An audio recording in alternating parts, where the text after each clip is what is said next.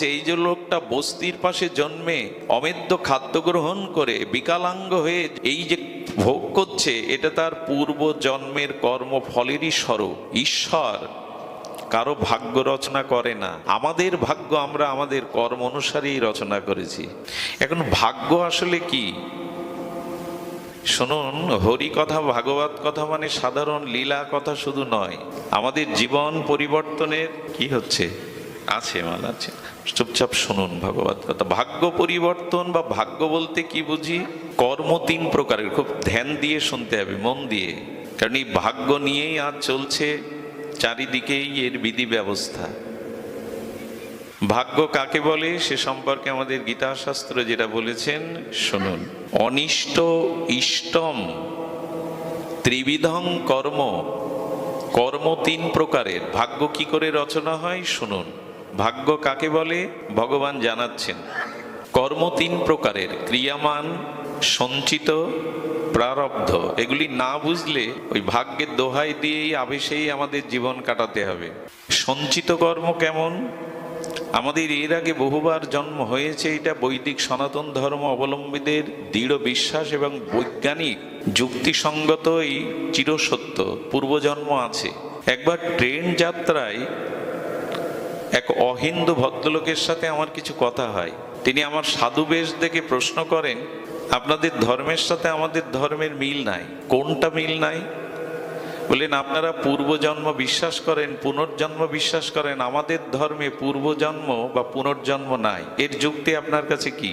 সাধু দেখলেই কিছু মানুষ তর্ক করতে ভালোবাসে, আমার ধর্ম শ্রেষ্ঠ, তোমারটা যুক্তিহীন, এই প্রমাণের জন্য ব্যস্ত হয়ে যায়। উনি বলছেন আমাদের ধর্মে পুনর্জন্ম নাই, কিন্তু আপনাদের ধর্ম বলে আমার ধর্মে পুনর্জন্ম আছে। উনি ওনার যুক্তিগুলো উপস্থাপনের পর আমি নীরবে শুনলাম। কেউ কথা বললে তার কথা আগে শুনতে হয়। আমি তাকে বললাম, আপনার বলা যদি শেষ হয়ে থাকে যে স্রষ্টা বা সর্বময় ঈশ্বর, তিনি যাকে যেমন করে জগতে পাঠিয়েছেন তিনি সেইভাবেই জগতে চলছেন, আমাদের কিছু করার নেই।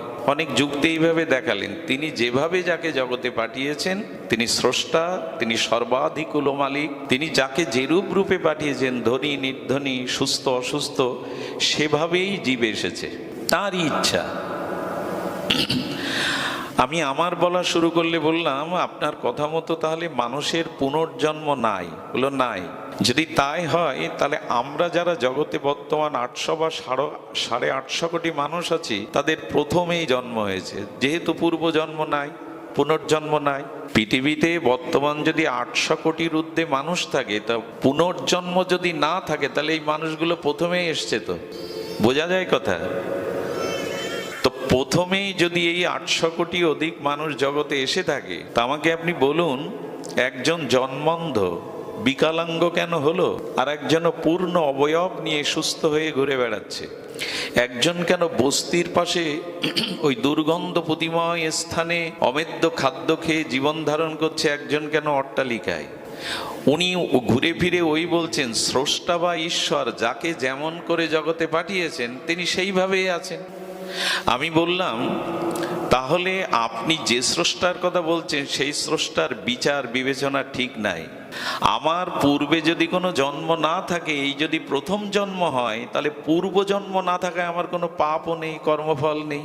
আমি যদি এই প্রথম জন্ম গ্রহণ করে থাকি, পূর্ব জন্ম বলে কিছু না থাকে, পুনর্জন্ম, তাহলে তো আমার পাপই নাই। জগতে আসিনি তো পাপ করব কোথায়?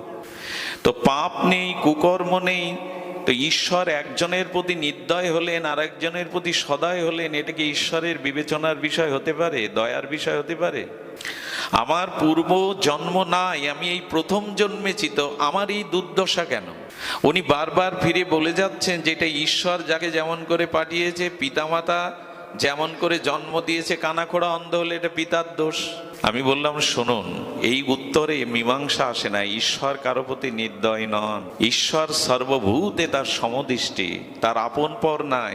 সূর্যের আলো যেমন সকলের জন্য সমভাবে, বায়ু, সূর্য, ভূমি, বৃষ্টি, পৃথিবীর এই মূল পঞ্চতত্ত্ব যেমন সকলের জন্য সমান, আমার পূর্বের কোনো কর্মফল নেই, পাপ নেই, অথচ আমি সারা জীবন ভোগ করছি অন্ধত্ব, অভাবগ্রস্ত হয়ে, রোগগ্রস্ত হয়ে। আরেকজন সুখে থাকবে, এ বিচার ঈশ্বরের হতে পারে না।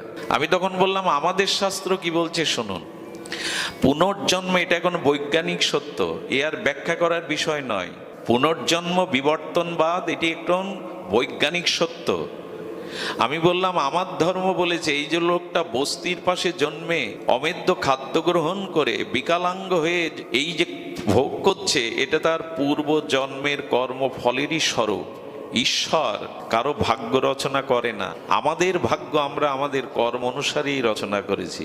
কেউ যদি বলে আমার ভাগ্য ঈশ্বর রচনা করেছে, ঈশ্বর এমন পক্ষপাতিত্ব দুষ্ট নন যে আমার ভাগ্যে অভাবই দেবেন, বঞ্চনায় দেবেন, কষ্টই দেবেন, অন্ধ করে পাঠাবেন, এরকম বিবেচনা তার থাকতে পারে না।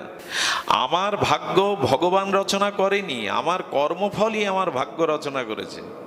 সুধীজন, এই জন্য আমি বললাম যে দেখুন, আপনি নাও মানতে পারেন, কিন্তু কথাগুলি একটু মনস্থির করে ভাববেন। পূর্ব যদি কোনো কর্মফল না থাকে, পাপ না থাকে, তবে ঈশ্বরের দুনিয়ায় এইভাবে বিপরীত আমাদের অবস্থান হতে পারে না। কেউ সুখী, কেউ দুঃখী হবে। এই জগৎটা কর্মফলের জগৎ, কর্মময় জগৎ। এখানে কর্মফল ভোগের জন্য আসা, যদিও তর্ক করা উচিত নয়, আমি আমারটা জানালাম, এটার উত্তর তাদের কাছে নাই। সুধীজন, ধর্ম তর্কের বিষয় নয়, এটি বিশ্বাসের বিষয়, শ্রদ্ধার বিষয়। আমি বললাম শুধু আমার সনাতন ধর্মের মানুষ এটা বিশ্বাস করে আমাদের পুনর্জন্ম আছে। গীতায় স্বয়ং ভগবান বলছেন, বহুমেবে ব্যতীতানি জন্মানি তাবর্জুন।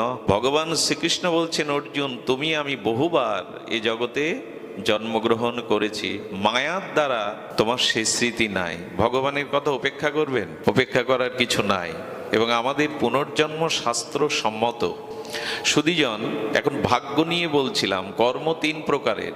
একটি হলো সঞ্চিত, আমি পূর্ব জন্মে যেরূপ কর্ম করেছি, অনুকূল বা প্রতিকূল, সৎ বা অসৎ, সেই অনন্ত জন্মের অনন্ত কর্মফলগুলো ভগবান সাক্ষী স্বরূপ লিপিবদ্ধ করে রেখেছেন, সঞ্চিত করে রেখেছেন। এর নাম সঞ্চিত কর্ম।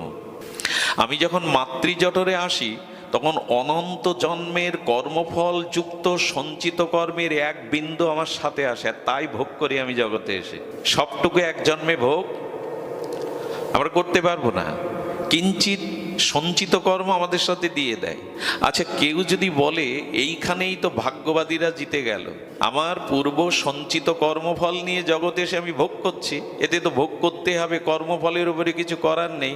ভগবান বলছে তা নয়। যদি পূর্বজন্মের কৃত কর্মফল ভোগ করতেই তোমাকে আসতে হয়, এর আগের জন্ম কি করেছ? সুধীজন, ধ্যান দিন। আমি যদি বর্তমান জন্ম পূর্বজন্মের কৃতকর্ম অনুসারে, সঞ্চিত কর্ম অনুসারে ভুগতে থাকি, তার আগের জন্ম কি করেছিলাম, এখন এই জগতে যেটুকু সুখ, যেটুকু সম্মান, যেটুকু প্রাপ্তি, তাহলে যদি কর্মফলই হবে, তাহলে কর্ম অনুযায়ী তো আসছি। সুকর্ম কবে করলাম আমি? ভগবান বলছেন না, সঞ্চিত কর্মের পরে আরেকটি কর্ম আছে, এটা খুব ধ্যান দিয়ে শুনতে হবে, ক্রিয়ামান কর্ম। আচ্ছা, এই মুহূর্তে আপনি আপনার সমস্ত ইন্দ্রিয়, মনোবুদ্ধি, বৃত্তি দ্বারা যে কর্মটা এই মুহূর্তে করছেন, এর নাম